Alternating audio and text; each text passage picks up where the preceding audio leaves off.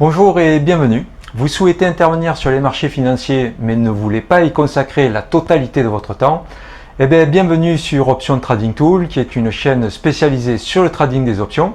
Je suis Patrick, développeur informatique et trader indépendant depuis plus de 10 ans et je me suis spécialisé dans les options. Donc la vidéo aujourd'hui est pour vous puisqu'il s'agit de découvrir ce que les algorithmes de trading que j'ai développés et qui envoient de manière automatique des opportunités de trading directement dans votre boîte email ont réalisé cette semaine sur les marchés. Eh bien c'est parti, regardons maintenant ce que les algorithmes ont réalisé sur les marchés.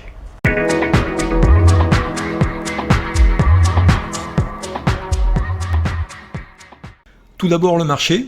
Donc depuis lundi, on voit que le marché a progressé de manière régulière et constante. Donc c'est un graphe en 30 minutes, histoire d'avoir quand même une vision un petit peu plus précise de ce qui s'est passé durant la semaine. Côté equity curve et quelques statistiques, c'est un quasi sans faute, puisque on a un capital approximatif de 34 000 € qui a été nécessaire pour les trades qui ont été clôturés cette semaine. On a 68 opérations qui ont été clôturées et un taux de réussite d'à peu près 80% pour un retour sur investissement de 54%.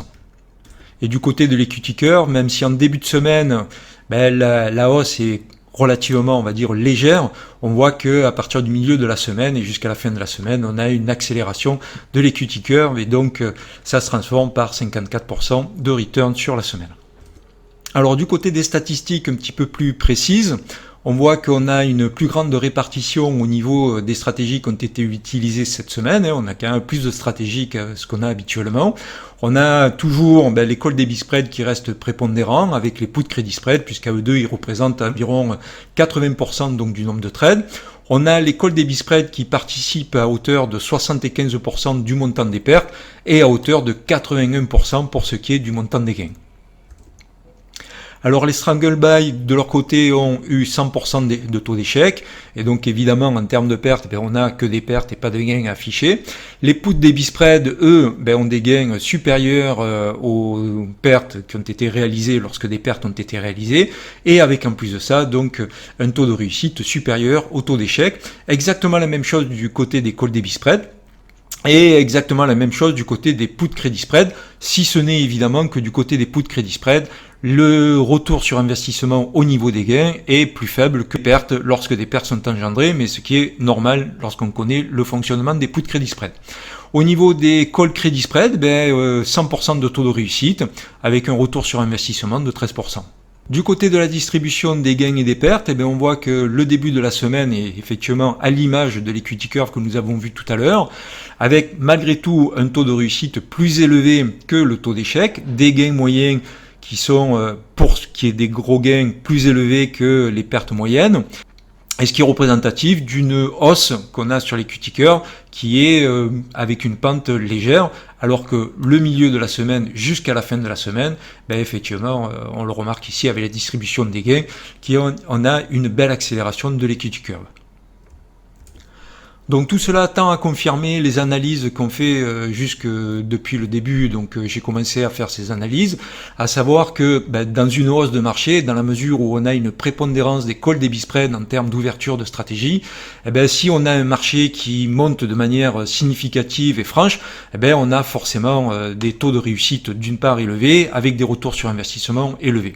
Et dès que le marché commence un petit peu à stagner, voire à baisser, évidemment les call debit spread commencent à marquer le pas et donc forcément amènent des pertes et ce qui du coup amène soit des retours sur investissement négatifs sur la semaine, soit si la baisse n'a pas été trop prononcée, on arrive malgré tout soit à avoir de légères pertes sur la semaine, voire des gains, puisque les put credit spread, quant à eux, n'ont pas besoin que le marché monte, mais s'ils sont prépondérants quant aux gains et que les call debit spread arrivent malgré tout à ne pas être trop en difficulté, on arrive malgré tout à avoir une semaine positive, mais évidemment pas avec des retours sur investissement tels que celui que nous pouvons constater ici de 54%, qui est évidemment une très belle performance.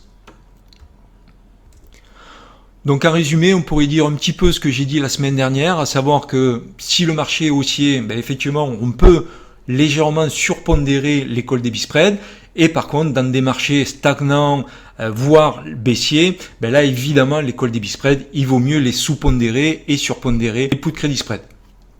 Vous aspirez à la liberté financière, mais vous ne souhaitez pas y consacrer la totalité de votre temps? Profitez de centaines de stratégies backtestées sur plus de 8 ans d'historique et tous les jours, recevez dans votre boîte email les opportunités générées par ces stratégies. Ainsi, dans votre boîte email, vous recevez des fiches claires et détaillées.